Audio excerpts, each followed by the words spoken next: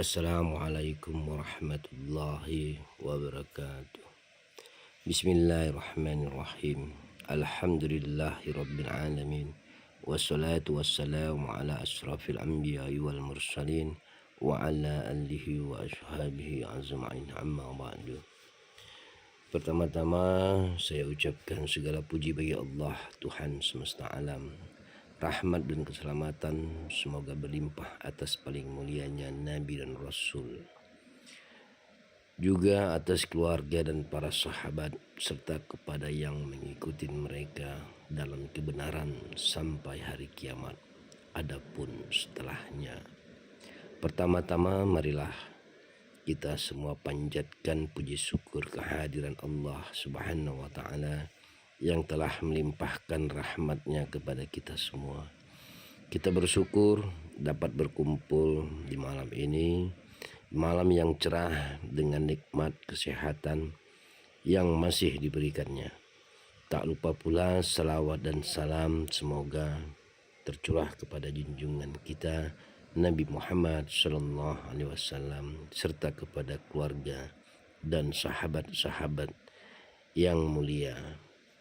Kajian malam ini kita dengarkan tentang makna hakikat talqin di dalam ilmu hakikat bersama Tuan Guru kita Syekh Azi Ali Mas'ud Al-Banzari. Kita di dunia, tapi yang kita ikut adalah orang alam baka. Jadi apabila saat kita kembali ke alam baka, kita tidak susah.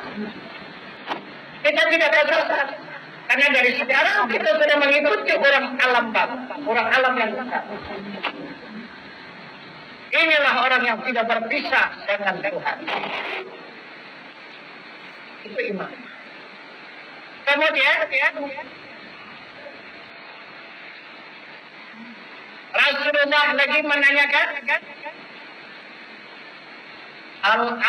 kiblat kita kemana hadap kamu? Nah, ini yang dipertanyakan oleh Rasul. Hadap kamu kemana? Kita berhadap kemana? Maka tidaklah terjawab oleh umat. Kemudian diberikan oleh Rasul jawabannya. Kemana hadap kita sekarang? Siang dan malam. Kemana hadap kita? Kalau kita ilmu kita sekadar hanya ilmu syariat, yang kita hadap adalah alam semesta.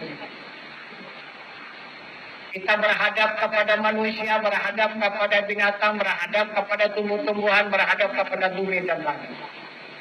Itulah hadap kita siang dan malam. Baik, tak tahu.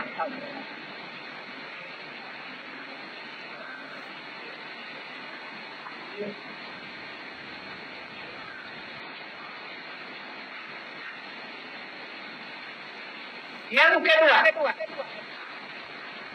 kalau sudah kita meningkatkan ilmu kita dari ilmu syariat ke ilmu keluarga, apa yang ada di hadapan kita yang kita pandang? Hanya asma.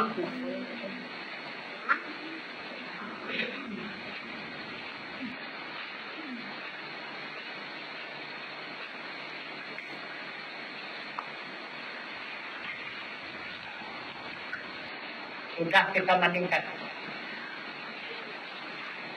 dari memandang perbuatan Allah, kita sudah berhadap kepada asma.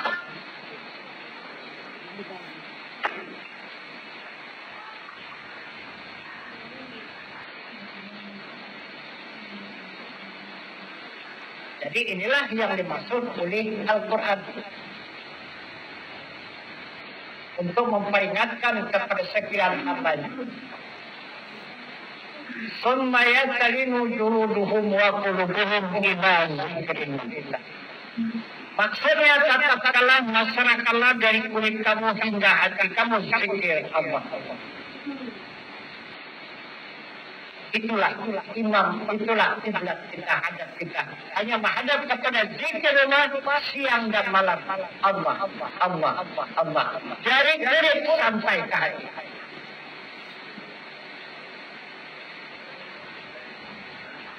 Jadi yang dihadap dan yang dipandang hanya zikrullah, hanya asma. Maka bisalah menenangkan hati ala zikrillahi atma'innal qulub. Kita sudah zikir Allah itu hidup di dalam diri kita, maka tenanglah hati.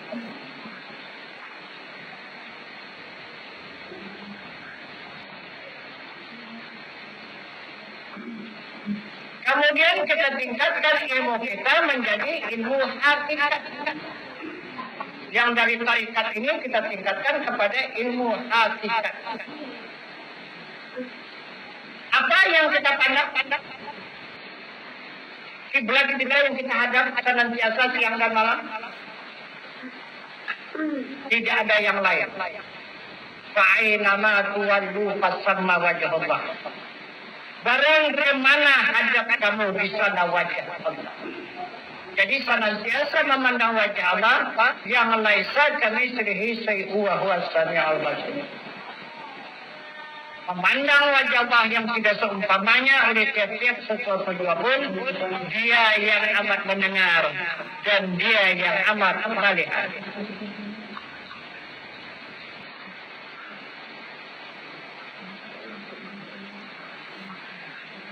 Itu hadap. Yang mana dia wajah Allah yang tidak ada seumpamanya oleh tiap-tiap sesuatu juga pun, yang dimaksud dengan wajah Allah itu. Dapat hamba ini bergerak dengan wajah Allah. Dapat sekian hamba ini berkehendak dengan wajah Allah. Dapat hamba ini mengetahui dengan wajah Allah. Dapat hamba ini mendengar dengan wajah Allah. Dapat hamba ini melihat dengan wajah Allah. Dan dapat berkata-kata hamba itu dengan wajah.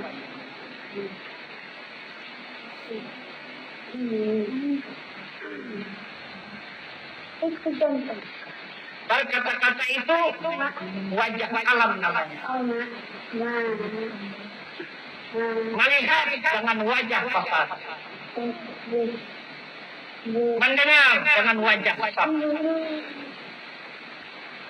Mengetahui dengan wajah ilmu. Berkehendak dengan wajah iradat. Bergerak dengan wajah kudrat. Itu wajah. Kesanalah pandangan orang hakikat siang dan malam. Karena dia tidak lalai kepada Allah Subhanahu wa Ta'ala. Nah, kemudian kita tingkatkan lagi ilmu kita dari ilmu hakikat ke ma'rifat. Jadi terus lagi ke ma'rifat. Kemana hadap kita siang dan malam? Tidak ada. Yang kita hadap yang lain. Hanya zat Allah Subhanahu wa Ta'ala yang maha suci. Hanya diri Allah yang maha suci. Di mana diri Allah? Wallahu wahidun fil alamin. Jadi Allah itu wahid semesta alam. Ke alam mana saja kita berhadap, tetap menghadap kepada zat Allah. Berhadap pandangan manusia, berhadap kepada zat Allah. Berhadap pandangan binatang, berhadap kepada zat Allah. Berhadap kepada tumbuh-tumbuhan, menghadap kepada zat Allah. Kemana saja kita arahkan hadap kita, tetap menghadap kepada zat Allah. La mawjudun illallah. Tidak ada yang ada. Semuanya yang ada itu adalah zat Allah Subhanahu wa Ta'ala. Ini bagi orang ma'rifat. Jadi orang yang ma'rifat tidak ada lagi disangsikan untuk jalan pulang. Apakah jalan pulang itu kesasar? Apakah bagaimana? Tidak ada. Karena orang yang marifah sekarang sudah pulang. Karena sudah senantiasa zat Allah tanpa dia kembali. Itulah yang dihadap siang dan malam. Jadi kalau sudah berhadapan siang dan malam, jalan mana lagi? Yang mau dia lagi? Tidak ada lagi yang mengganggu perjalanan. Karena perjalanan sudah dijalani sekarang. Nah itu, untuk mendapatkan jalan kembali kepada zat Allah itu. Dari af'al ke asma, dari asma ke sifat, dari sifat, baru langsung kepada zat. Jadi tidak ada lagi yang dijalani.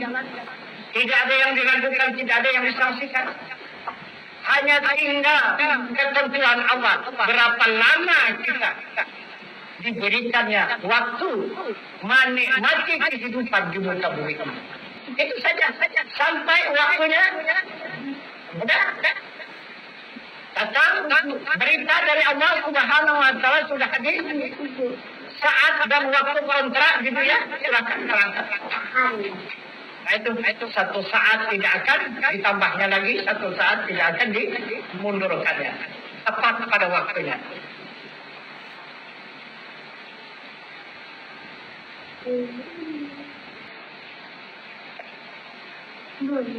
Nah, jadi inilah Rasulullah mengutamakan ilmu terhadap kepada umat, yaitu 6 perkara. Kemudian yang kelima, siapa saudara kamu? Nah, itu kata Rasulullah, saudara kamu itu siapa? Bukan si A, si B dan sebagainya. Itu belum tentu saudara kamu. Itu kata Rasul. Saudara kamu, innamal mu'minuna ikhwatun. Itu kata Rasul. Orang yang beriman, itulah saudara kamu. Itu yang pasti akan membela kamu.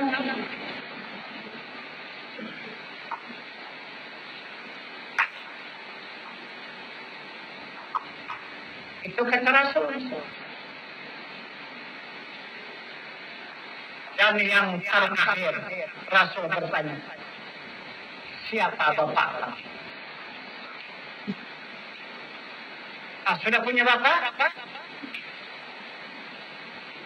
Kalau tidak punya bapak, tidak akan dapat selamat kembali kepada Allah. Karena kita turun ke dunia ini melewati bapak dan ibu. Apabila bapak dan ibu tidak menjamin keselamatan kita, kita akan binasa dalam perjalanan. Karena kita turun ke dunia ini melewati 2 lautan. Pertama, lautan nur yang sangat dalam. Yang kedua, lautan air yang sangat luas. Perjalanan melewati alam nur 41 hari dan 41 malam. Melewati alam air yang sangat luas, perjalanan 9 bulan 9 hari. Ini yang dimaksud oleh Allah Subhanahu wa taala. Semasa kita menyeberangi lautan nur itu, Allah berkata dalam Al-Quran, wasakasal ardu binuri rabbiha. Apabila kita menyeberang dari lautan nur, menyeberangi lautan air yang sangat luas, maka Allah mengatakan, Iqra bismi rabbikal ladzi khalaq. Itu kata Allah Subhanahu wa taala. Itulah perjalanan kita turun ke dunia. Maka tidak akan tertebus hutang kita terhadap kedua mereka yang menyelamatkan kita turun ke dunia ini. Jangan harta apa saja tidak akan tertebus. Jangan tenaga bagaimanapun kuatnya tidak bisa. Dengan emas perak yang banyak tidak akan terbayar. Kecuali kata Allah, innal ladzina amanu wa amilus shalihat. Kecuali mereka beriman dan beramal saleh. Inilah yang dapat menebus. Inilah yang dapat membayar kita. Kedua mereka yang berjasa menyelamatkan kita ke dunia. Nah, sekarang kewajiban kita untuk menyelamatkan mereka kembali ke alam yang baka. Mereka menyeberangkan kita dari alam baka ke alam yang tanah. Kemudian pembayaran kita menyelamatkan mereka dari alam yang tanah ke alam yang baka. Dengan apa kita menyelamatkan? Dengan iman. Apabila kita tidak beriman, tidak akan bisa selamat diri kita dan tidak akan dapat membayar hutang kedua kurang itu. Ini yang dimaksud Allah, ya ayyuhalladzina amanu qu anfusakum wa ahlikum nara. Wahai orang yang beriman, selamatkan diri kamu dan ahli keluarga kamu daripada api neraka. Siapa yang menjamin keselamatan kita kembali kepada Allah? Ini maka ditanya oleh Rasul, siapa bapak kamu? Punya bapak. Secara umum, cuma hanya satu. Ibrahim Khalilullah, yaitu bapak. Ibrahim siapa bapak Adam? Jasmani kita. Siapa menyelamatkan?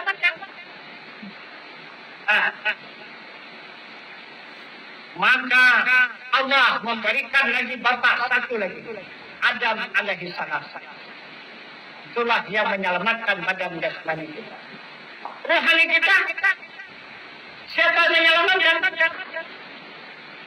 Maka diberikan oleh Allah lagi kepada hambanya yang menyerahkan diri kepadanya.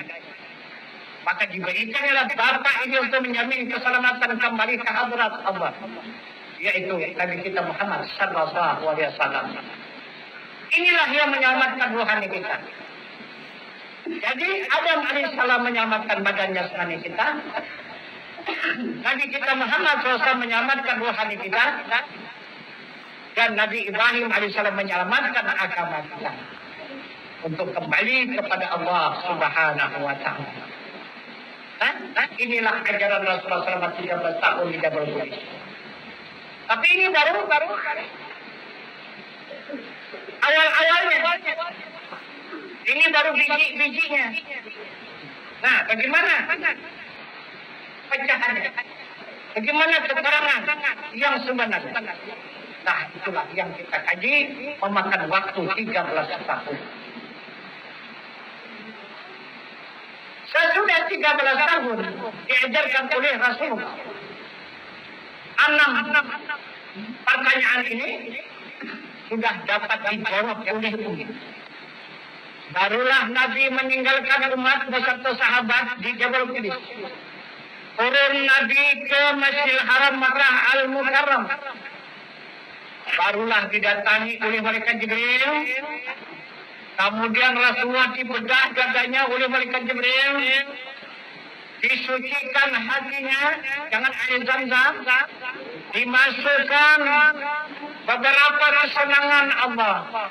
Baru diberangkatkan oleh malaikat Jibril pakai kendaraan murah melaksanakan Isra dari Makkah sampai ke Baitul Maqdis.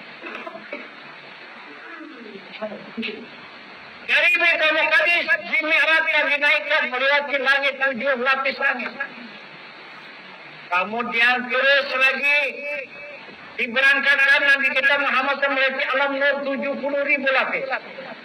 Baru menghadap kepada alam zat Allah Subhanahu wa Ta'ala. Apa maksud Rasul?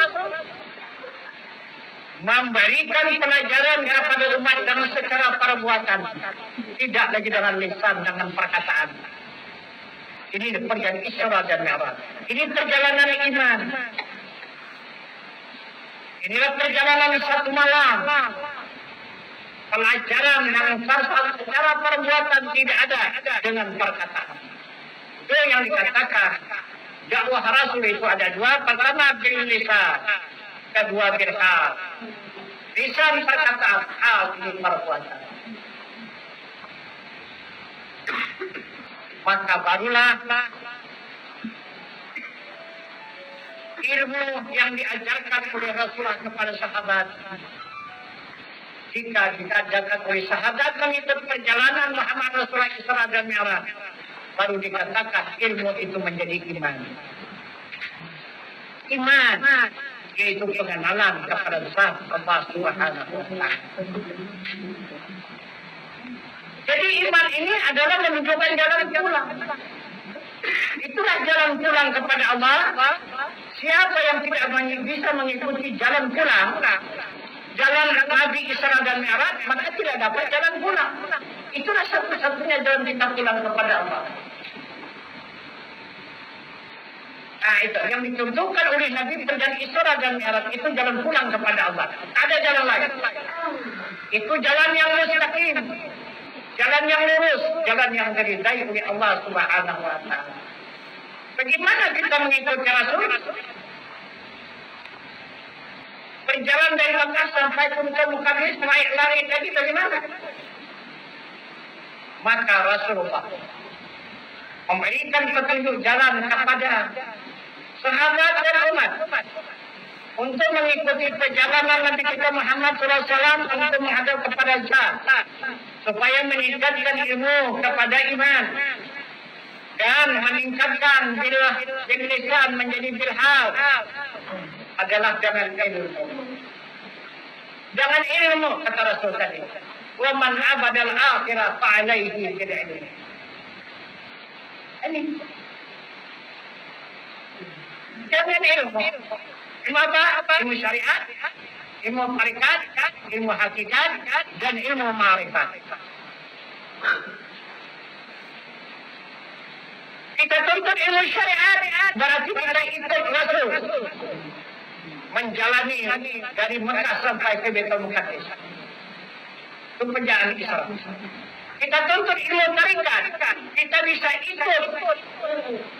Jangan Nabi kita Muhammad SAW menjadi 7 lapis langit. Maka tingkatan tarikat itu 7 latai. Itulah 7 tingkatan langit.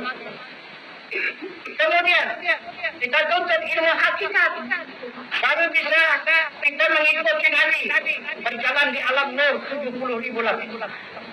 Kita tingkatkan ilmu kita kepada ilmu ma'rifat, baru bisa kita menghadap kepada zat Allah Subhanahu wa Ta'ala. Ini jalan pulang. Jadi apabila kita tidak menuntut ilmu syariat, ilmu tarikat, ilmu hakikat, dan ilmu ma'rifat, maka sesatlah kita pulang. Pasti neraka kalau sesat. Itu tak ada diampunkan lagi. Karena yang dikatakan neraka yang sesat di jalan. Itu cuma hanya syariat, tidak ada punya tarikat, tak punya hakikat, apalagi ma'rifat. Nah itulah nanti apabila sudah meninggal dunia, ruh itu dipulangkan ke dunia ini balik.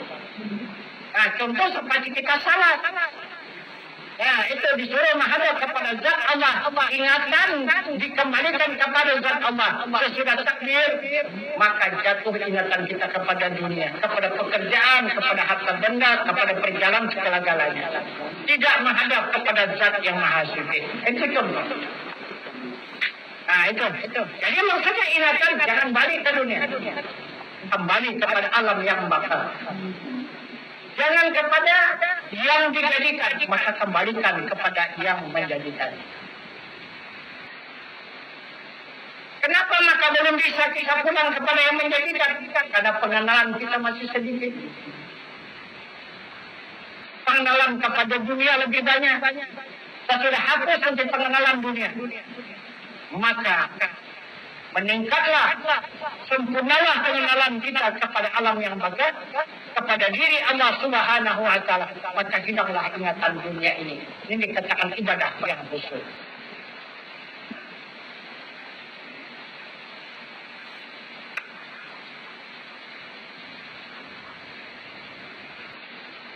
Inilah petunjuk Nabi kita Muhammad sallallahu alaihi wasallam. Jika sudah kita mengetahui jalan kembali kepada Allah Subhanahu wa Ta'ala, kita sudah punya Tuhan yang wajib disembah. Kita sudah punya Nabi yang wajib diimankan, yang kita ikut untuk membawa kita kepada Allah Subhanahu wa Ta'ala. Kita sudah punya imam, ikutan kita yang benar. Kita sudah punya kiblat yang hak.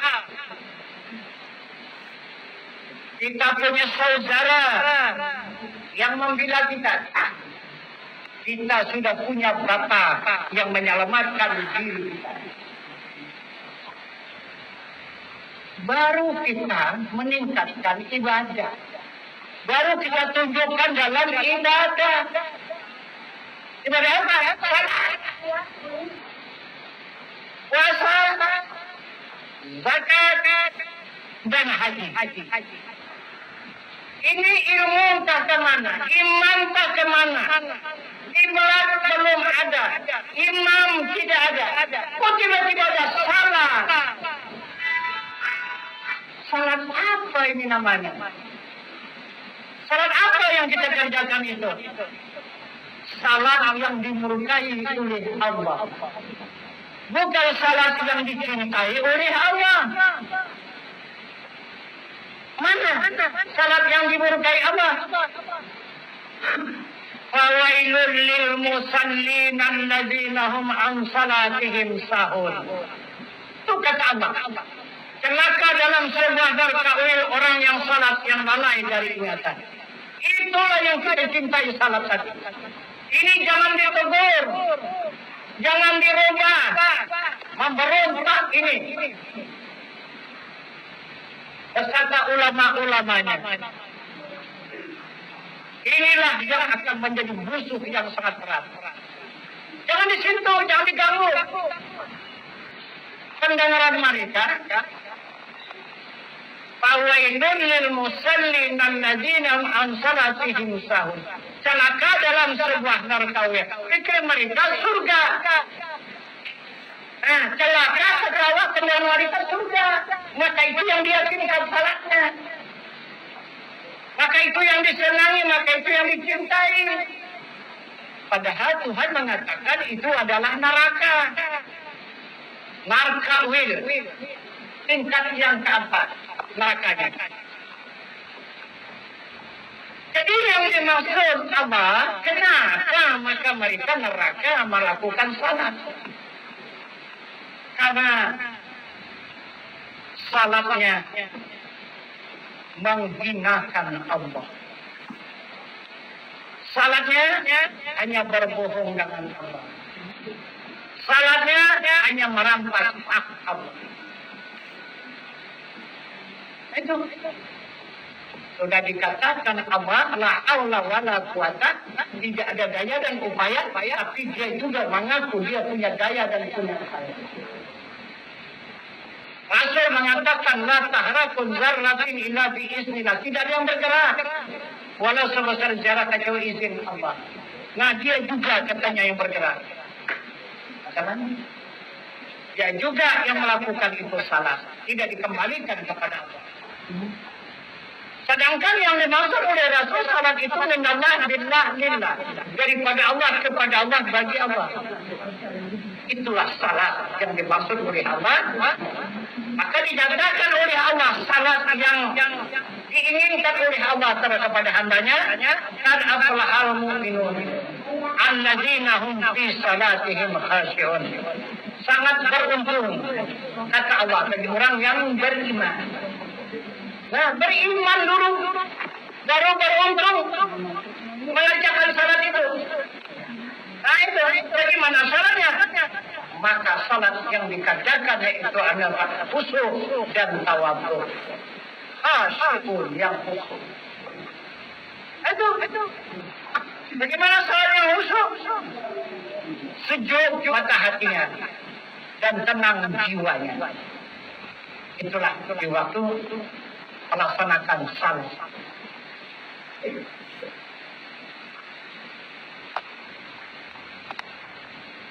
Jadi kita sudah mendapatkan ketenangan jiwa, hasil daripada menegakkan salat yang khusyuk,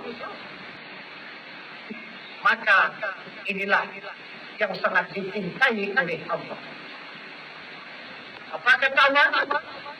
Ya ayyatuhan nafsul mutmainnah, irji'i ila rabbiki radiyatan mardiyah. Fadkhuli fi ibadi wadkhuli jannati. Itu kata Allah, wahai jiwa yang tenang, kembali menghadap kepada salat dengan hati yang riba dan atau baik.